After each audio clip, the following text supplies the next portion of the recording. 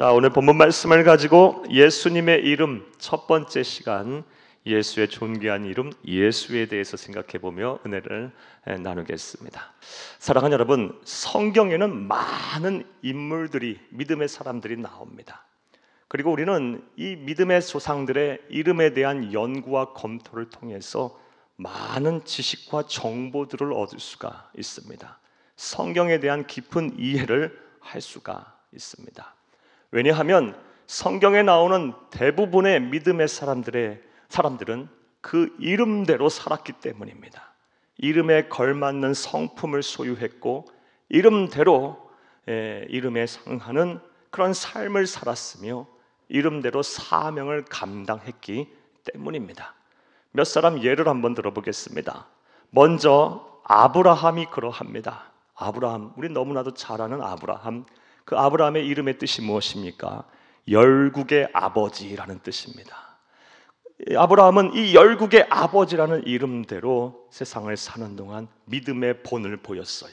수많은 민족과 열방들이 본받고 따를 만한 믿음의 본을 보였고 훗날 그의 후손들을 통해서 수많은 민족과 열방들이 나왔습니다. 사랑하는 여러분, 무엇보다 우리 구주 예수 그리스도께서 그러합니다. 자, 이를 위해서 먼저 예수님의 이름의 뜻에 대해서 살펴보겠습니다. 오늘 본문 21절을 함께 읽겠습니다. 아들을 낳으리니 이름을 예수라 하라. 이는 그가 자기 백성을 그들의 죄에서 구원할 자이심이니라 하니라. 아멘.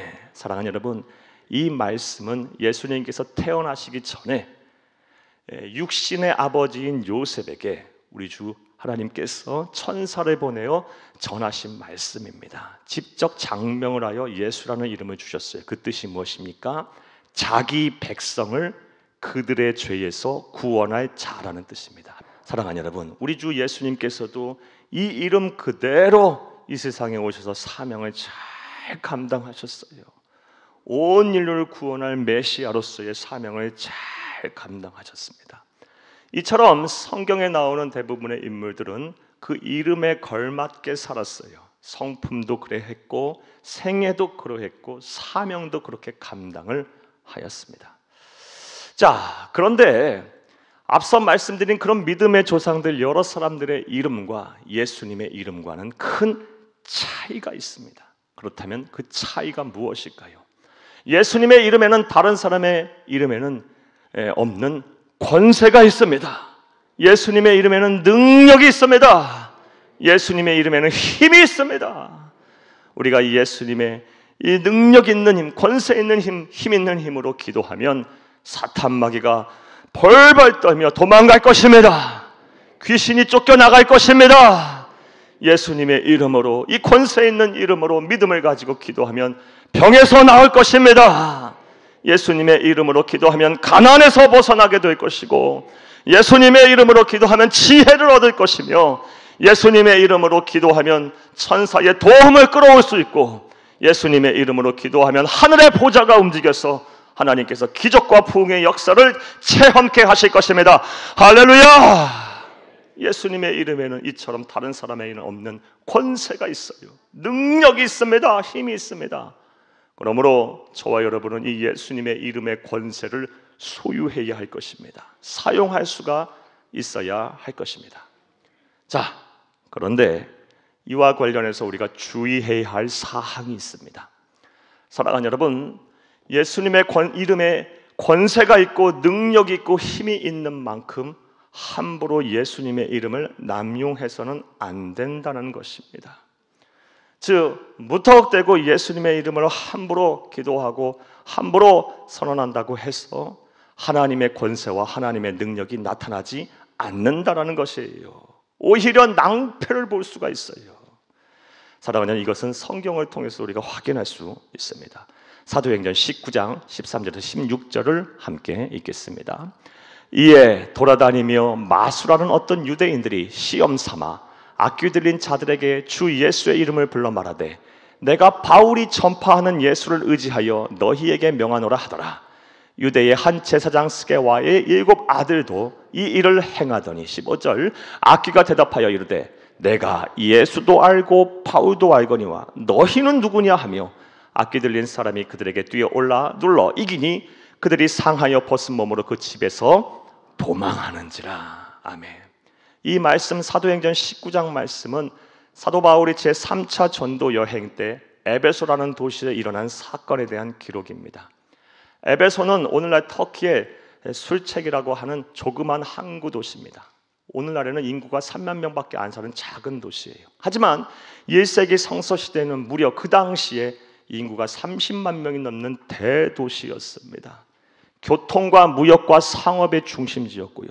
오늘날도 세계 7대 불가사의라고 하는 아르테미스 여신전, 어마어마하게 큰 여신전이 있었어요. 그러하기에 그곳은 아주 음란하고 퇴폐적이며 향락적인 그런 문화가로 가득 찼던 세속도시였어요. 그곳에 사도 바울이 무려 3년이라는 시간을 거합니다. 이례적이에요. 에베소에 3년이라는 시간에 머물면서 복음을 전했고, 무엇보다 그곳에 두란노라는 서원을 세우고 열심히 인재들을 양성했어요. 복음을 전했어요. 말씀을 가르쳤어요. 그러자 소아시아 전역에 복음이 퍼졌고 수많은 사람들이 예수를 믿는 위대한 역사들이 일어났습니다. 그리고 이러한 일을 행하는 이 사도 바울을 향해서 성령 하나님은 사도 바울에게 놀라운 은사와 은혜들을 부어주셨어요. 일례로 사도행전 19장 12절 말씀을 보게 되면 사도 바울이 입고 있던 앞치마와 손수건을 병든 자에게 갖다 댔더니 병에서 낫는 기적이 일어날 정도였어요. 이런 일들이 에베소에서 막 일어나자 사람들 중에 자기의 이익을 위해서 사도 바울을 흉내내면서 예수님의 이름을 함부로 남용하는 사람들이 막 생겨나기 시작했어요. 그 가운데 몇 사람이 바로 우리가 읽은 말씀 중에 있어요. 제사장 스게와와 7 아들들이 그러한 일을 했어요. 그럴 때 어떠한 일이 일어났을까요? 우리 다시 한번 사도행전 19장 15, 16절을 함께 읽겠습니다. 악귀가 대답하여 이르되 내가 예수도 알고 바울도 알거니와 너희는 누구냐 하며 악귀 들린 사람이 그들에게 뛰어올라 눌러 이기니 그들이 상하여 벗은 몸으로 그 집에서 도망하는지라. 아멘. 내가 예수도 알고 바울도 아는데 너는 누구냐? 너는 누구냐? 하면서 오히려 그들에게 뛰어올라서 눌러 이기고요. 그들은 상하여 벗은 몸으로 도망쳤어요. 예수의 이름을 함부로 남용하고 했더니 어떤 일이 벌어졌어요? 오히려 낭패를 봤어요. 혼쭐이 났어요. 사랑하는 여러분, 이와 같이 예수님의 이름을 함부로 남용해서 함부로 선언하고 기도하면 큰일이 나요. 좋은 일이 일어날 수가 없어요. 예수님의 이름의 권세, 하나님의 능력이 나타나지 않아요. 따라서 예수님의 이름의 권세가 내 권세가 되려면, 예수님의 이름의 권세를 내 권세로 주장하려면 반드시 조건을 충족해야 합니다. 자, 그렇다면 예수님의 권세가, 이름의 권세가 내 권세가 되려면, 예수님의 이름의 권세가를 내 권세로 주장하려면 우리가 어떠한 조건을 충족해야 할까요? 오늘은 예수라는 이름의 뜻을 통해서 그 답을 찾아보려고 합니다. 첫째로, 하나님의 백성이 되어야 합니다. 하나님의 백성이 되지 않고서 예수의 이름으로 기도해봐야 하나님의 능력이 안 나타나요. 하나님의 백성이라는 조건을 충족하지 않고서 하나님의 예수 그리스도의 이름으로 선포해봐야 귀신이 떠나가지도 않고 삶의 문제도 해결되지 아니하고 내 기도의 응답도 일어나지 않는다라는 것이에요. 오늘 본문 21절을 함께 읽겠습니다. 아들을 낳으리니 이름을 예수라 하라. 이는 그가 자기 백성을 그들의 죄에서 구원할 자이심이니라 아니라. 아멘.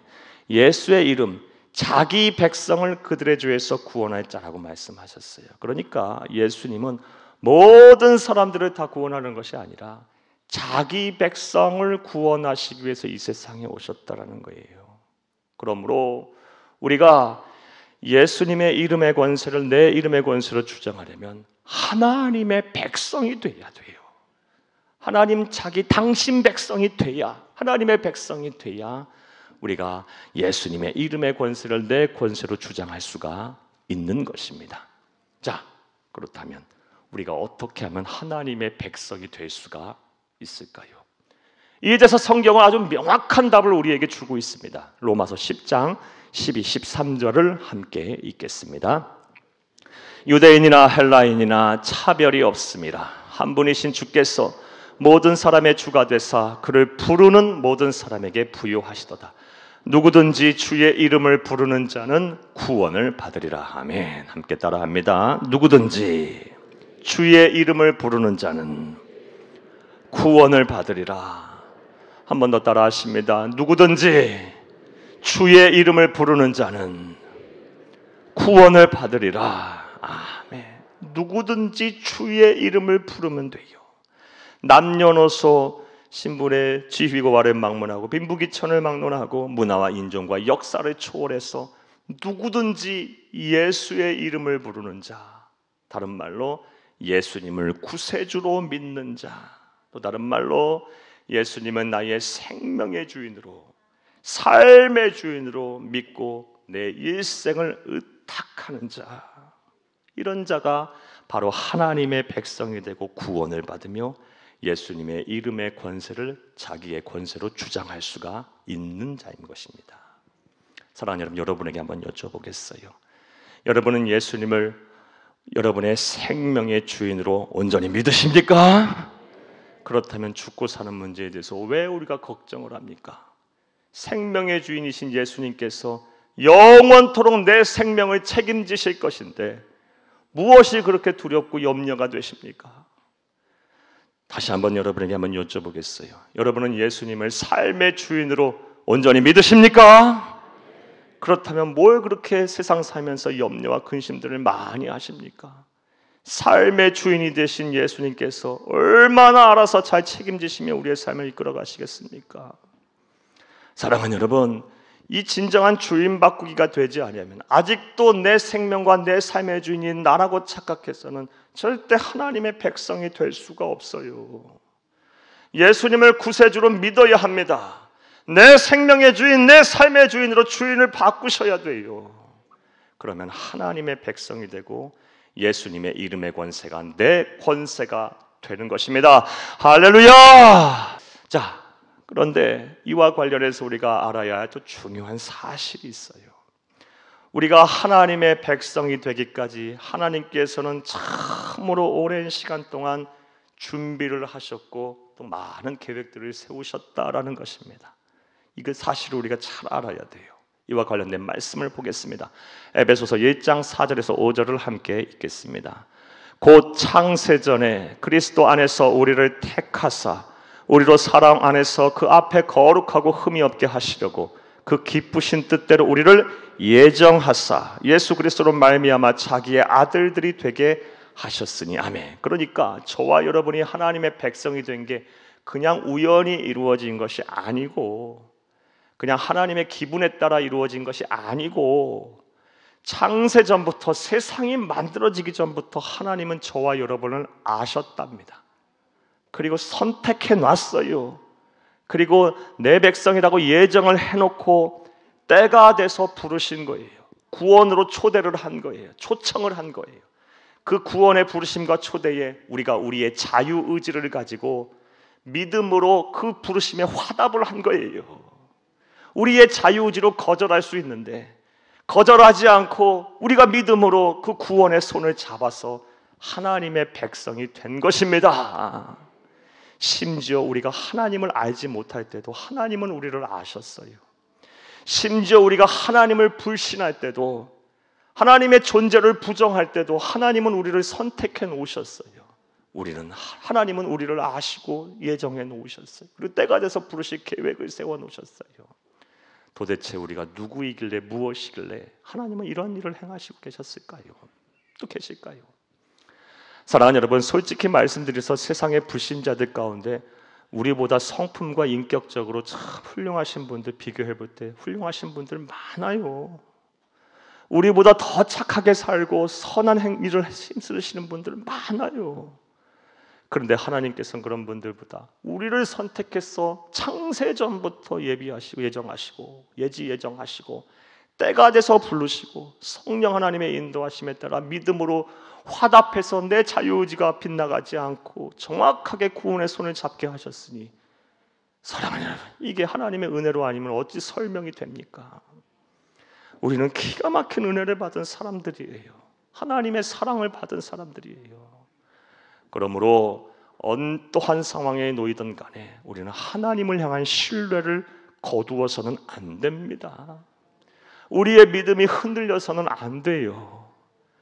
예수가 우리의 구세주가 되시고 예수님이 내 삶의 주인과 생명의 주인이 되셔서 내 모든 삶의 문제와 내 생명의 문제를 책임지실 거라는 확신을 거두어서는 안 돼요. 그리고 분명한 하나님의 백성이라는 정체성을 가지고 자부심 속에 세상을 사셔야 합니다. 어떠한 상황 속에서 누굴 만나든 어떠한 일을 겪든 간에 나는 하나님의 백성이야. 그리고 자부심을 가져야 돼요. 그리하면 사랑하는 여러분, 예수님의 이름의 권세가 내 권세가 될 거예요. 예수님의 이름의 권세를 내 권세로 주장할 수가 있을 것입니다. 또 두 번째로 어떠한 조건을 충족해야 할까요? 따라합니다. 둘째로 죄를 용서받고 예수님처럼 거룩해져야 합니다. 우리의 죄를 용서받고 예수님처럼 거룩해져야 돼요. 이 거룩이라는 옷을 안 입으면요, 예수님의 이름의 권세가 내 권세가 될 수가 없어요. 오늘 보면 21절을 다시 한번 읽겠습니다. 아들을 낳으리니 이름을 예수라 하라. 이는 그가 자기 백성을 그들의 죄에서 구원할 자이심이니라 하니라. 아멘. 이 말씀, 예수님의 이름의 뜻을 통해서 우린 예수님께서 이 세상에 오신 목적을 알 수 있어요. 예수님의 사명이라고도 말해도 좋아요. 죄에서 구원하시기 위해서 이 세상에 오셨어요. 그리고 우리 예수님께서는 이 사명을 잘 감당하셨어요. 즉, 죄 없으신 하나님의 아들이 이 세상에 오셔서 내가 받아야 할 이 사망이라는 벌을 십자가에서 죽으심으로 대신 받으셨어요. 내 죄값을 전부 치르셨어요. 완전하게 하나님으로부터 내가 죄를 용서받을 수 있는 길을 제시하시고 열어놓으신 거예요. 사명을 잘 감당하셨어요. 그러므로 저와 여러분이 예수님의 이름의 권세를 나의 권세로 주장하려면 예수님께서 완성해 놓으신 죄 용서의 방법대로 하나님으로부터 우리가 죄 용서를 받아 예수님처럼 거룩해져야 합니다. 이 방법 외에는 안 돼요. 자, 그렇다면 좀 더 구체적으로 한번 생각해 보겠어요. 예수님께서 완성해 놓은 죄 용서의 방법으로 우리가 하나님께로부터 죄 용서를 받아서 우리가 예수님처럼 거룩해지려면 어떻게 하면 될까요? 자, 이와 관련해서도 성경은 명확한 답을 우리에게 하고 있어요. 여러분, 사도행전 2장 38절을 함께 읽겠습니다. 베드로가 이르되 너희가 회개하여 각각 예수 그리스도의 이름으로 세례를 받고 죄 사함을 받으라. 그리하면 성령의 선물을 받으리니. 아멘. 이 사도행전 2장 38절은 다음 같은 배경 속에서 한 말씀입니다. 사랑하는 여러분, 오순절 성령 강림 사건 이후 이 교회가 인류의 태동이 됐어요. 그리고 이 말씀은 오순절 성령 강림 사건 이후 사도 베드로가 예루살렘에 모인 사람들을 향해서 행한 첫 번째 설교예요. 간단하게 그 내용을 말씀을 드리면, 사랑하는 여러분, 베드로가 오순절 성령 강림 사건을 체험하고 나서 성령 세례를 받고 나서 성령이 충만해져서 오순절에 원근각처에서 예루살렘에 모인 사람들을 향해서 복음을 전합니다. 예수에 대해서 다음과 같이 소개해요. 구약에 예언되었던 그 메시아가 이 세상에 오셨다. 이 세상에 오셨다. 그분이 누구냐? 바로 예수 그리스도시다. 그런데 너희들이 예수를 죽였다. 너희들이 예수를 죽였다. 하지만 성부, 성자, 성령 삼위일체 하나님께서 이 예수를, 죽었던 예수를 사흘 만에 부활시켜서 만왕의 왕, 만유의 구주가 되게 하셨다. 이 복음을 전해. 이게 사도행 2장 내용이에요. 그러자 이 말씀을 듣던 예루살렘에 모인 성도 사람들이 막 마음 아파해요. 아, 우리가 메시아를 죽였구나. 우리가 예수를 죽였구나. 어찌할꼬 하면서 막 괴로워하면서 어떻게 하면 이 죄를 용서받고 우리가 구원을 이룰 수 있나이까 할 때 한 말이 바로 사도행전 2장 38절이에요. 죄를 회개해라. 죄를 회개해라. 죄를 회개해라. 그 다음에 뭐 하라는 거예요? 예수님께서 회개한 우리를 향해 죄 용서를 하실 거라는 확신을 가져라. 확신을 가져라. 죄 용서에 대한 확신을 가져라. 그 다음에 뭐 하라는 거예요? 성령 하나님과 더불어서 남은 일생을 주의 은혜 속에 거룩하게 살아라. 다시는 똑같은 죄 반복해 짓지 말고 이제는 거룩한 변화된 삶을 살아라. 그러면 구원을 받고 죄 용서를 받으며 오늘 말씀대로 적용하면 예수님의 이름의 권세를 내 권세로 주장할 수 있다라는 것입니다. 사랑하는 여러분, 이제 사랑하는 여러분, 죄를 회개하시기를 바라요. 그것부터 시작하시기를 바라요. 먼저 우리가 회개해야 될 죄가 무엇입니까? 하나님의 실존을 부정했던 죄, 하나님의 말씀을 불신했던 죄, 예수님의 그리스도 되심을, 구세주 되심을 부정했던 가장 근본적인 죄, 이게 원죄라고도 할 수 있어요. 이 근본적인 죄부터 우리가 회개해야 돼요. 이 근본적인 죄를 회개하지 않으면 안 돼요. 반드시 이 죄부터 회개하시는 여러분들이 되기를 간절히 바랍니다. 그런 후에 그 다음부터는 이제 성도의 회개, 신자의 회개가 들어가야 돼요. 매일매일 삶 속에서 패역하고 음란하고 죄가 많은 세상에서 우리가 참 나약해요. 하나님 뜻대로 살고 더 거룩하게 살려고 하나 그렇게 살지 못할 때가 너무 많아요. 마음으로 짓고 생각으로 짓고 말로 짓고 행동으로 지은 죄를 예수 그리스도의 십자가 앞에 쏟아놔야 돼요. 그리고 내 방법이 아닌 예수님께서 이루어 놓으신 완전한 죄 용서의 방법인 예수 그리스도의 공로에 힘입어 대속의 죽음을 믿음으로 우리의 죄를 용서받아야 합니다. 죄부터 회개하셔야 돼요. 그런 후에 예수님께서 내 죄를 다 용서하셨다는 확신을 가져야 돼요. 나아가 성령 하나님, 내 안에 내 주에 계시는 성령 하나님을 붙들면서 다시는 똑같은 죄를 반복해 짓지 않도록 변화된 삶, 달라진 삶, 이제는 거룩한 삶을 살아셔야 합니다. 그리하면 하나님께서 우리를 의인으로 인정하실 거예요. 의롭다고 여기실 거예요. 사랑하는 여러분, 하나님이 우리를 의인으로 인정하신다고 했는데 누가 우리를 정죄하겠습니까? 하나님이 우리를 의인으로 인정하신다고 했는데 누가 우리를 고발하겠습니까? 하나님께서 우리를 의인으로 인정하신다는데 누가 우리를 그리스도의 사랑에서 끊겠습니까? 사랑하는 여러분, 부디 여러분의 죄를 철저하게 회개하시고 예수님의 공로로 힘입어 내 죄가 다 용서를 받았다는 확신을 가지시며 나아가 성령 하나님과 더불어 남은 일생을 주의 은혜 속에 거룩한 삶을 살도록 노력을 하시기를 바라요. 그러면 구원을 받게 될 것이고, 사랑하는 여러분, 예수님의 이름의 권세를 내 권세로 당당하게 주장하며 예수님의 이름의 권세의 능력을 행하는 삶을 살게 될 것입니다. 자, 이제 말씀 맺겠습니다. 사랑하는 여러분, 예수님의 이름은 능력이 있습니다. 다만 그 이름의 권세가 내 권세가 되려면 조건을 충족히 하셔야 돼요. 먼저 하나님의 백성이 되세요.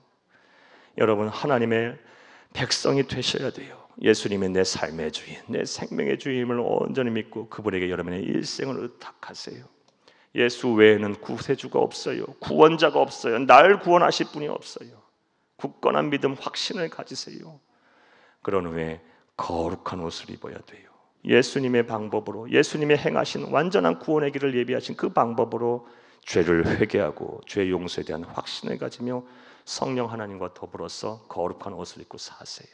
그러면 예수님의 이름에 그 능력 있고 권세 있고 힘 있는 이름의 권세가 나를 통해서 나타나게 될 것입니다. 내가 기도하면 그 권세가 나타날 것이고 내가 선포하면 그 능력이 있는 권세과 힘 있는 능력이 나타나게 될 거예요. 이런 은혜와 복이 저와 여러분의 복이 되고 여러분의 은혜가 되기를 간절히 주의 이름으로 축복합니다.